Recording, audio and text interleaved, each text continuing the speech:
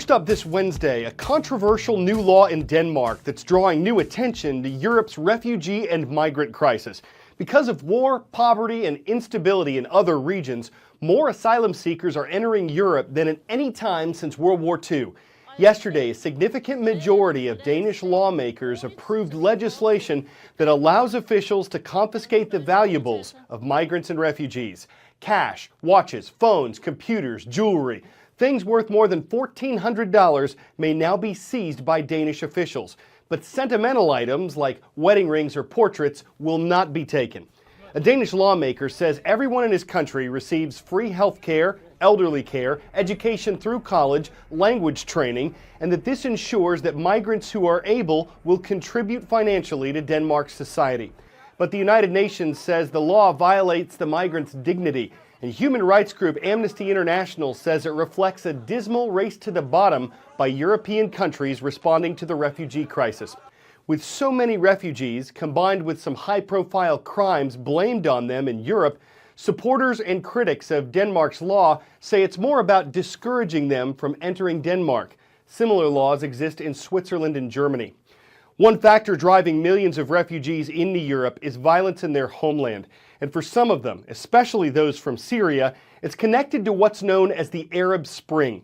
Next today, we're telling you how that started 5 years ago in the North African nation of Tunisia. The Arab Spring is an uprising that transformed the Middle East.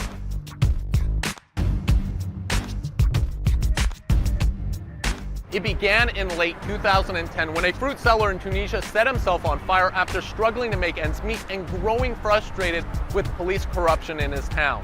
His story resonated with fellow Tunisians who began protesting for democracy.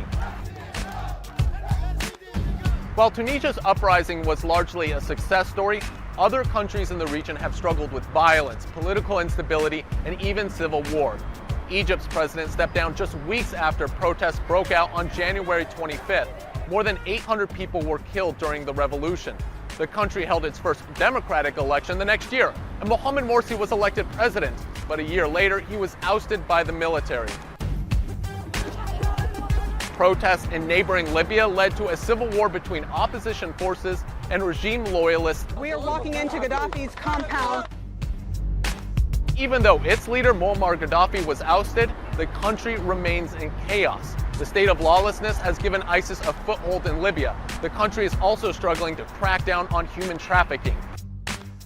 Yemen's president, Ali Abdullah Saleh, became the fourth Arab leader forced from power in 2011. In 2015, a civil war intensified between Sunni forces loyal to the government and Shia-led Houthi rebels. The deadly conflict was further complicated by regional players turning the conflict into a proxy war. While many other Arab countries also experienced uprisings, Syria was hit the hardest. Protests in the country led to a 5-year-old civil war with no end in sight. The conflict has displaced millions and killed more than 250,000 people, according to the United Nations. What started as an Arab Spring, hope for a new wave of democratic reforms, has unfolded into something entirely different, the effects of which will be felt for generations. Really excited to see a school in Ireland was picked for today's roll call. First time that's happened. We're visiting County Laois. A very warm welcome to our viewers at the Heath National School. Thank you for making us part of your day. Next to Burlington, Kentucky, just a stone's throw from the Ohio and Indiana borders, the Trailblazers are blazing away at Camp Ernst Middle School. And from the city of Fort Yukon in eastern Alaska, the Eagles are soaring with CNN Student News. Fort Yukon School rounds out our roll. Now for the second half of our two-part series on transportation. We've covered maglev trains before. Maglev, short for magnetic levitation. The trains use powerful magnets to give a fast, smooth ride, floating on air, no friction. A couple challenges with them though, their cost and their power consumption. A scientist in Germany may have a way to address the second issue. Ludwig Schulz is a German physicist. At 68, he's semi-retired, but still very much, it seems, a kid at heart. And his toys move about like few others. There are already magnetically levitated trains operating in China and Japan.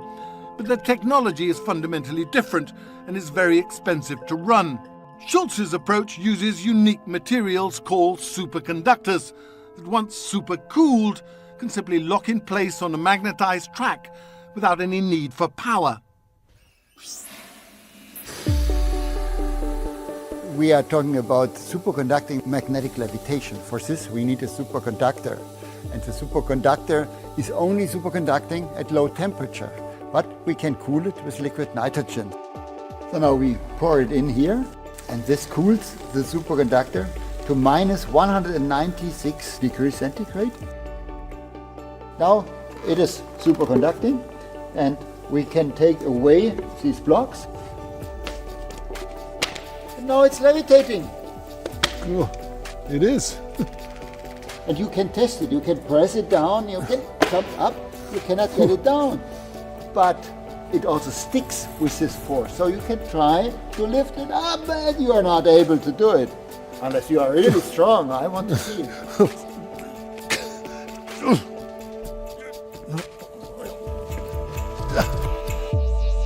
With a pair of superconductors embedded inside, it was time for a ride, a two-seater runabout, or rather floatabout, the Supertrans. Me here. So now we are still lifted up by the lumberjacks, and we can remove the lumberjacks. Now we are levitating, and we can take off. And let's speed up a little bit. That's very smooth. Round and round we went on their 80-meter track, silently. Although we are some way off from being able to glide down the street on a hoverboard like Marty McFly, Schulz is working with a German company, Festa, to develop the technology further.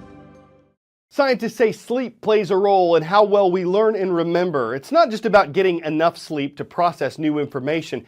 It's also that during sleep, our minds somehow take the new info that we already learned during the day and put it in a memory bank. Now, if you throw a compliment into the mix, a study found that learning kicks into a whole new gear. You know, giving compliments isn't just a good way to get someone's attention. It's an easy way to make someone feel good, even make yourself feel good. But in your brain, it's actually a lot more complicated than that. In fact, I want to tell you about this fascinating study that came out of Japan. People were asked to learn and perform a task, and then were separated into 3 groups. The first group included an evaluator who would compliment participants individually. The second group consisted of individuals who would watch another participant receive a compliment. The third group was then asked to evaluate their own performance. And when the people were asked to repeat the exercise the next day, the group that received direct compliments from an evaluator performed significantly better than the people in the other 2 groups. What the authors concluded was that to the brain, receiving a compliment is as much a social reward as being rewarded money. In fact, the same area of the brain, the striatum, is activated when a person is rewarded with a compliment or cash. Now, strange as it sounds, researchers think compliments serve as a catalyst for better skill consolidation during sleep.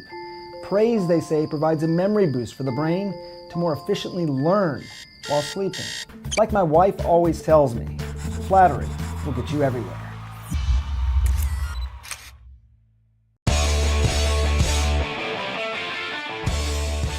Makes sense that a race is easier when you have 4 legs. This is Ludivine. She's a hound dog. She lives in Alabama. A couple weeks ago, her owners let her out one morning, and Ludivine took off. She met up with some people at the start of a half marathon, decided to join them, and here's the awesome part.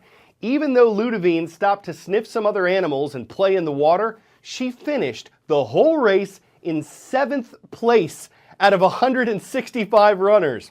Now, maybe some jealous runners would have called that mush. The runaway ran away with the top story of the day, and folks are probably dog-tired of hearing about it, though maybe they're relieved she didn't bark any records. Ludivine's owners don't even run, though, so in hindsight, they don't seem to mind being hounded about their hound's marathon achievement. I'm Carl Azus for CNN Student News.